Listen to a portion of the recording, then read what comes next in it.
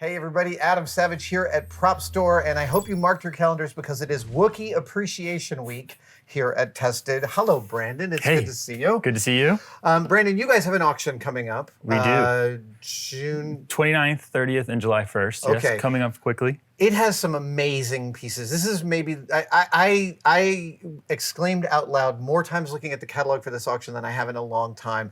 And one of the pieces I made the most noise over was this, which I think any careful viewer would recognize. May I tilt it up a little bit? Yes, go for it. This is an original. Is it original? It is, yeah. So this is go ahead.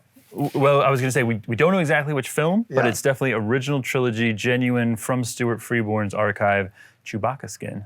Dude, so this is what's under the hair. This is what Chewbacca's face looks like if he decided to shave. That was a cut scene, I think, the Wookiee shaving scene. Yes. When Tom Spina made My Chewbacca Mask, Lucasfilm gave him access to one of these undercastings.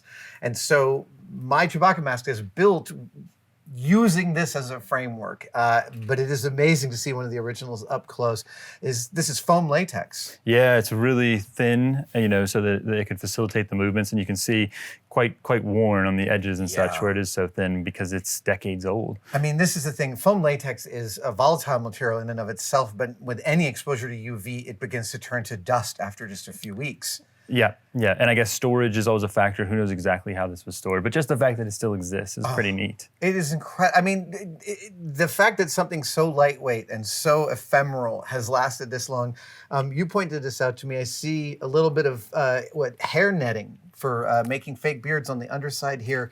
I think probably to keep it from splitting when the mouth opens. Yeah, that makes sense. I had never noticed that before or read about that. I didn't realize that they backed the foam latex for these masks, but I guess they did. They definitely, I think some of my silicone masks, they have around the eyes and around the edges of the mouth too. Just because it's the heavy wear spot. Yeah, I can't believe how light this is. I mean, it's on a foam casting of Peter Mayhew's head. Which is also cool. Right, which is like an added incredible bonus. Yeah, it's kind of hidden there under the skin, but very cool as well. But yeah, this whole thing maybe weighs like, I don't know, 5 or 6 ounces. Super lightweight. And I think these biscuit foam Mayhew face casts are what they used as the underskull of the mask. So they would have carved this up and turned it into an underskull, right? Yeah, well, in order for the mechanism to work, it had to fit his face exactly. So yeah, this would be both the interior and the exterior.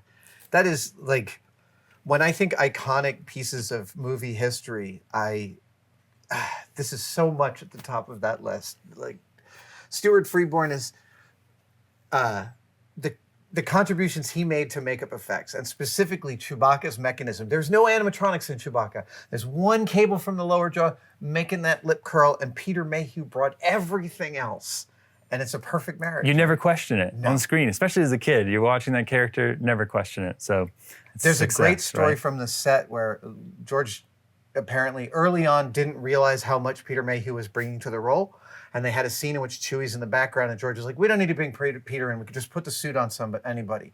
And they put the suit on anybody, and that person's in the background, and George is like, oh my God, we need to go get Peter. That's when he realized how much physical performance Peter was bringing to the role. I remember the first time I saw Peter Mayhew at a convention, you went, wow, he looks like Chewbacca. He's not wearing a suit, but he looks like Chewbacca. Well, it's that thing of like, you fall in love with Chewbacca. He's the greatest non-human character in film, and then if you were lucky enough to meet Peter, as you and I both were, you realize that everything you love about Chewbacca is exemplified in this giant, lovely, gentle human. Yeah, great guy. Brandon, thank you for letting me see this piece up close. It is totally amazing. Yeah. But Brandon, that's not the only Star Wars thing. You have, oh my God. Talk to me about these lightsabers. Well, these are really fun. Obviously, you can never have enough lightsabers, right? When you talk about props, there's always a lightsaber in the conversation. These are from Episode 3, Revenge of the Sith. And what's cool about them is they were constantly evolving the lightsabers. This is the first time they got to carbon fiber blades. These are blades that they're able to smack into each other, and they don't shatter, and they're also, they look like they're super light. Incredibly lightweight. Here, you want to check one out there? So that's the Anakin. Wow. Oh my God. The Graflex style lightsaber, which ultimately will tie in with the next movie, right? Yeah, and the balance point is actually right. It's almost right here, which you want it to be almost inside the saber handle. Interesting. Right? Because if the blade is weightless, wow, that is really cool. I think it was at this point all about going fast. Like you Right. watch some of those DVD special features, you see them talking about just how they wanted to make the duels faster and faster. And I guess this here sort of allows you to spin it much better. That is real. I love that they add in these details to help performance that don't matter aesthetically because you won't notice them in the middle of the battle. Yeah, definitely. Look, one thing I thought was interesting, this kind of has a gold tone to it almost, doesn't it? That plating. Does. Whereas down here it's more silver. So I don't know if that's just the batch of the plating, but interesting detail. This is definitely a different piece, so it doesn't look like they were plated at the same time. Yeah, you know, vacuum metallizing is one of those things that, like, even the people that I have do it, it's color matching across batches is weirdly difficult. It's just a hard thing to do. Yeah, in the same way that anodizing it is. It's hard to dial into a perfect color. It is a gorgeous piece. This is also, this one, I love how this one almost looks like a toy. It does. Now that you say it, yeah, it's very simple, right? That's the Obi-Wan, and again, I think they were just trying to simplify the handle so that it would be very easy for the actors to work with. Of these beautiful helmets, I'm really curious about the Lando, because I love that you can see it's just vacuum formed styrene. Here, let's take it out of there. Yeah, it's very simple, ultimately. Very simple construction, right? With leather wrapping on it. Yeah. And it's, wow. Here, take a look. Oh. Look at how primitive. Oh, it's ABS. All right. It's got that texture, so I think the helmet's ABS, but the leather work is beautiful. Lando was never disguised that well, was he? It's like if you really didn't want to be seen Lando, you could have picked something with a face, a full face. It's great to see it up close and personal. I guess this is latex?